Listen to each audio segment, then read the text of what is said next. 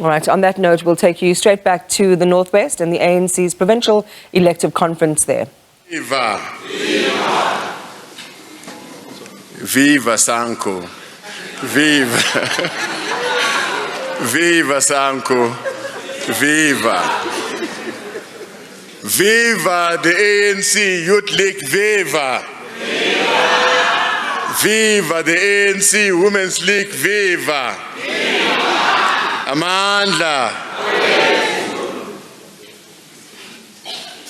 Members of the National Executive Committee of the ANC,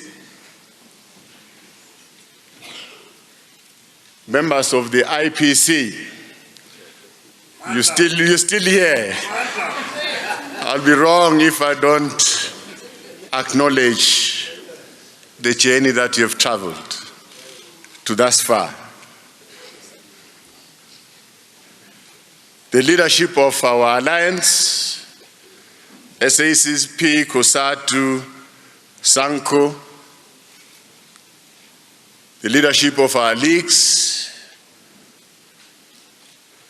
delegates to this conference,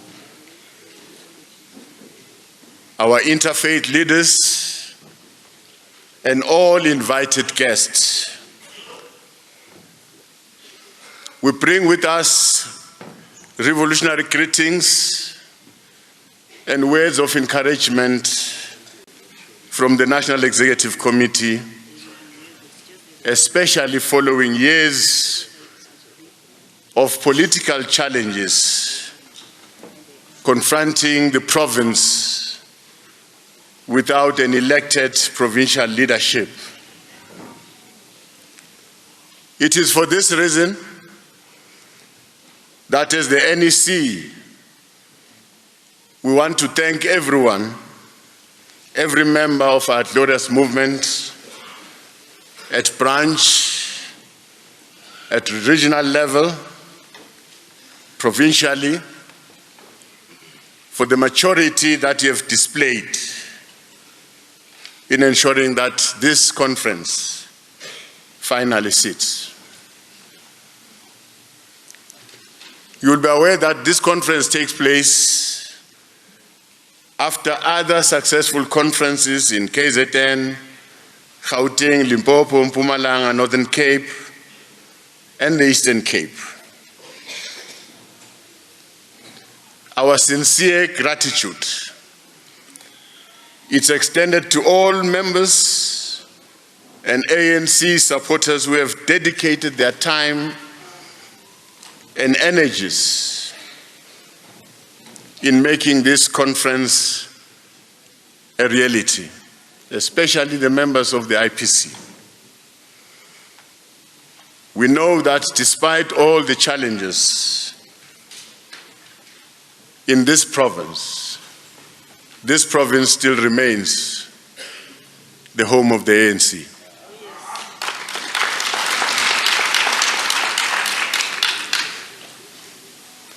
We call this province the home of the ANC because of your hard work on a daily basis, your dedication, you're working tirelessly to ensure that the name of the ANC and the integrity of the ANC is protected. Our volunteers understand that even in the face of challenges, in the face of hardship, in the face of arbitrary attacks, the unity of the ANC should at all times be preserved. This goal is still on the agenda of our revolutionary journey as we work towards to consolidate the gains of our democratic breakthrough. It is this conference that should, at its conclusion, deliver to the people of Northwest a leadership collective that will be equal to the task of building sustainable and resilient structures to execute the mandate of building a better life for our people in this province. Your determination, therefore, of making this conference a success, I must say it's noted, appreciated, and saluted. I want to thank you for your cooperation. We have cooperated with all our National Executive Committee members who are deployed here. We have worked with them to this point, and I'm sure we're going to go until the end of this conference. This conference is taking place during a very special month in the calendar of our country, wherein we take time to reflect on the contribution of women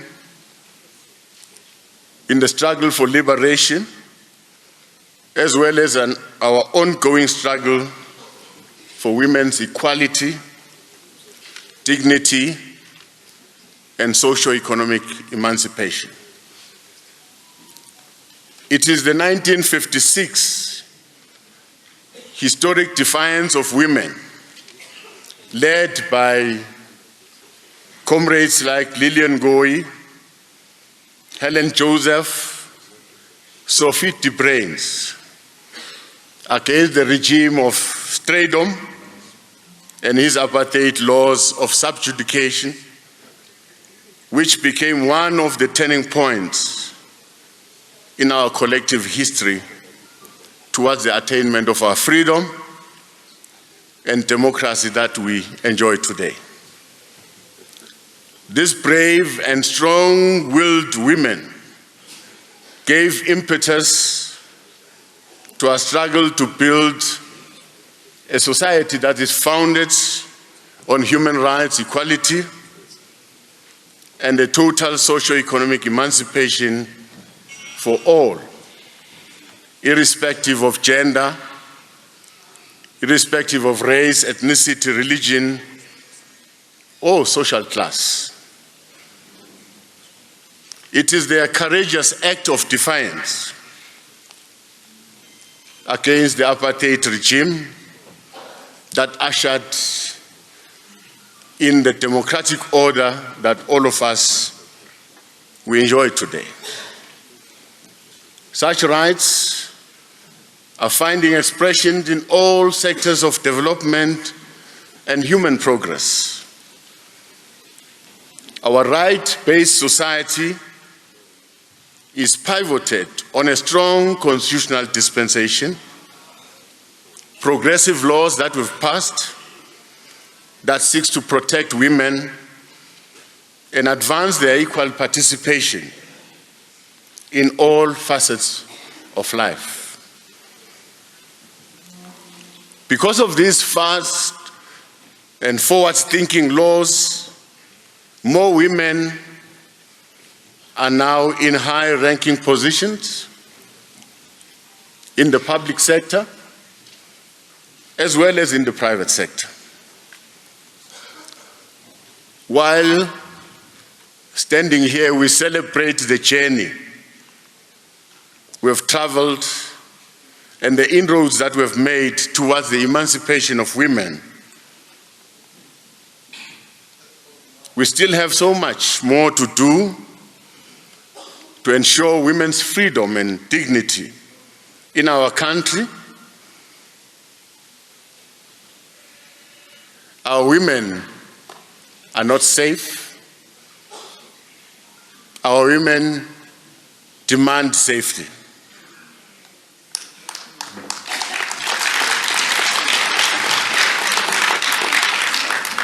Our struggle for socio-economic freedom is intertwined with the struggle for women's freedom to choose what to become, to choose for their reproductive health, to choose for their own dignity,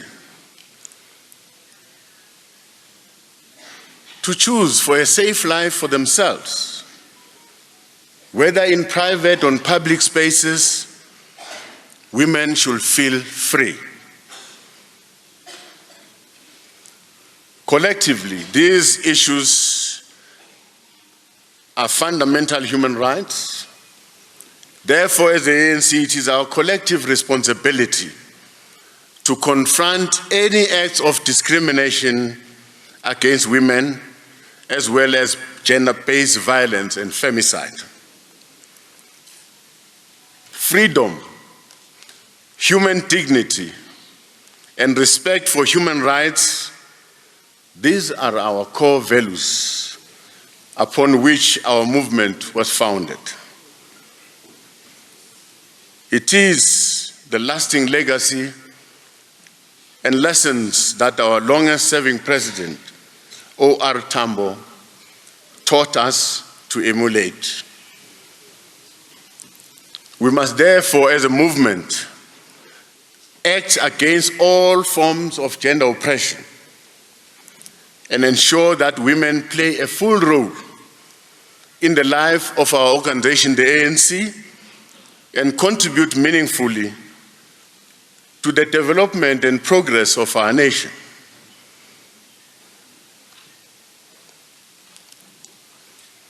Comrades, the conference is taking place at a time when our movement in its totality is facing challenges to maintaining unity of purpose, ideological coherence, as we try on a daily basis to prosecute our struggle.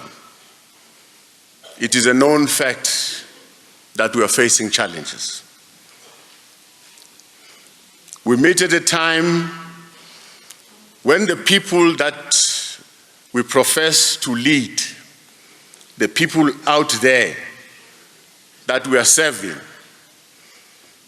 they are now starting to question themselves, and they doubt our ability to provide leadership to the complex societal challenges of the moment.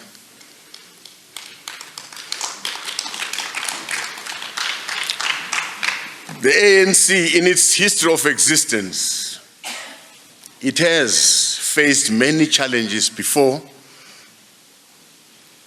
but not the kind of challenges that are so serious to an extent that it's even threatening the very own existence of our organization. Never have our differences of opinion gone beyond the ideological conception of what the character and the soul of the ANC should look like. Never have our internal organizational fractures, leadership preferences, tactical differences posed such an existential threat to the life and legacy of such a glorious movement. As a result, we seem to be straying from our revolutionary duty. We seem to be moving away from our revolutionary duty, that of serving our people, and that of building a united South Africa. We are straying towards inward focus caused by factional infighting that is destructive for the movement like the ANC. Despite our organization's impressive history of selfless struggle for the liberation of our country and its people. The progress that we've registered in improving the lives of our people, everything gets overshadowed by these petty squabbles. Increasingly, the people of South Africa, who for years mobilized under the banner of the ANC as the People's Movement, the bearer of freedom, the spear and the shield of our people, they doubt whether they are still relevant. Are they still the center of our focus? Are they still the center of our agenda? Our people see an organization that is more preoccupied about internal interests of self-preservation than that of effectively leading society, governing the country with the required authority. They question whether we still have the fire in our bellies to change their current fortunes, to realize a better life for all, as we have promised in our 1994 election manifesto, including the social contract we have entered with them in subsequent election cycles. Comrades, we have to work very hard to eradicate these negative tendencies and regressive practices within the movement. The movement is your organization. You must protect it. These issues and related challenges were acknowledged from the 48th National Conference, where they were characterized then as the sins of incumbents. Until the 54th National Conference, they were characterized as the ever-growing self-serving interests, competing for proximity to the position of power in order to control resources for corrupt practices and patronage, rather than serving the interests of the people of South Africa as a whole. When we started here, I heard our priest was preaching. He was talking about money, money. I heard a message from the SACP talking about money, money. These are things that they observe in us. And we should take it to heart. We should take it to heart. They are raising these things so that the ANC should attend to it. Notwithstanding all these challenges that I've mentioned, we stand before you to convey this message on behalf of the National Executive Committee of the ANC, that your ANC is a dynamic organization that has for over a century managed to overcome every test and challenge thrown its way. The ANC has the capacity to renew, to course correct itself, to reposition itself as an agent of positive change and social progress.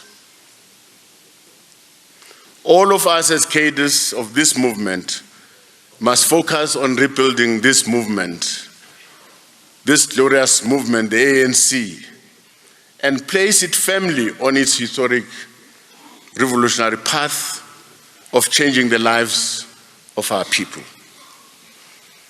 That is why the 54th National Conference appropriately adopted a resolution to work towards unity and renewal of the organization.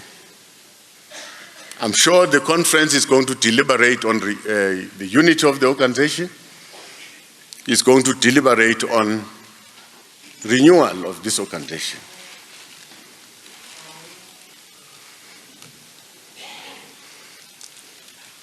I was happy here. When I came in here, I was greeted by a very jovial conference, people singing, happy.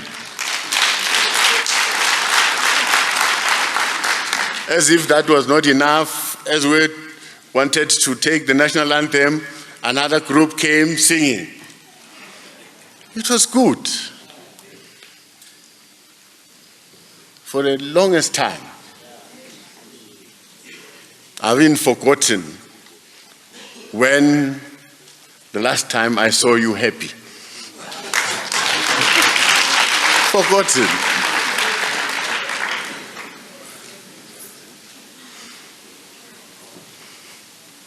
Comrades, we must make this unity and renewal to happen. It must happen. It is time. It is time to make it happen. You can't betray the people of the Northwest.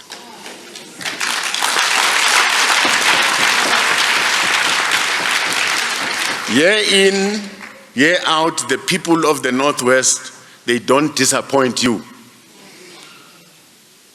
They religiously vote for the ANC.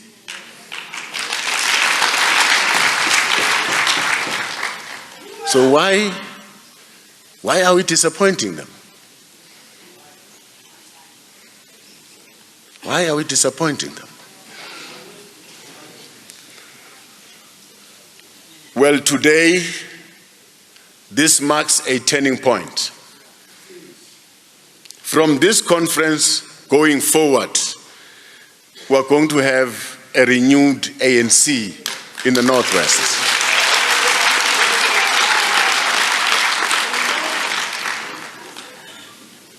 I wish you all the best as you deliberate,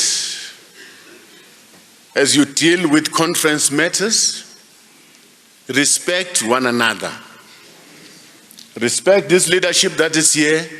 Work with them. Build the ANC. When I reach home, I'll open the TV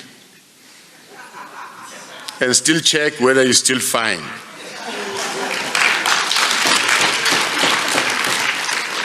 Don't use chairs against each other. No. I'm confident about this mood that I've seen. And as I leave here, I'm going to phone the president and I tell him I'm from another conference. The mood is very good. Amanda, I wish you well, comrades. Thank you very much. Thank you.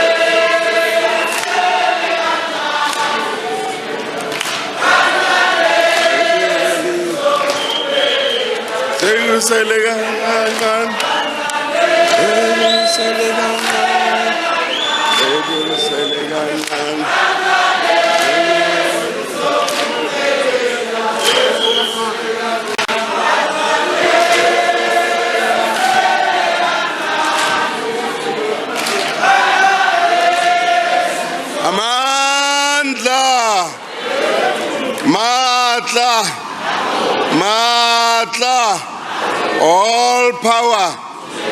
Comrades, we are rebuilding the Northwest. Comrades, Northwest will be united.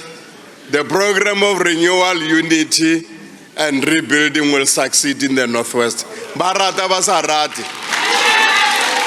You are a testimony as delegates that we want to Northwest finally to have a leadership and to emerge like all other provinces. And then let me thank the Deputy President for the message delivered. And at this juncture, we'll be allowing the media to then excuse us, and as we will be going into the closed session. And then also the Deputy President, you are at liberty at your point. Aramugobi, but is at liberty to then indicate Razama. Is living. So the Deputy President is leaving. I think Aramo Pelempina Yaotwa Remulebohe.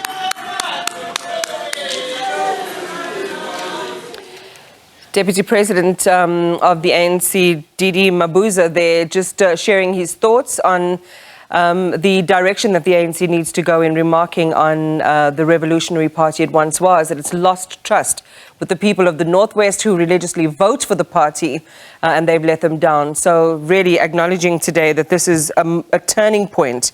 Today marks a turning point. We are going to have a renewed ANC in the province, is what he said. We'll have some analysis on what he had to say in that speech in just a moment.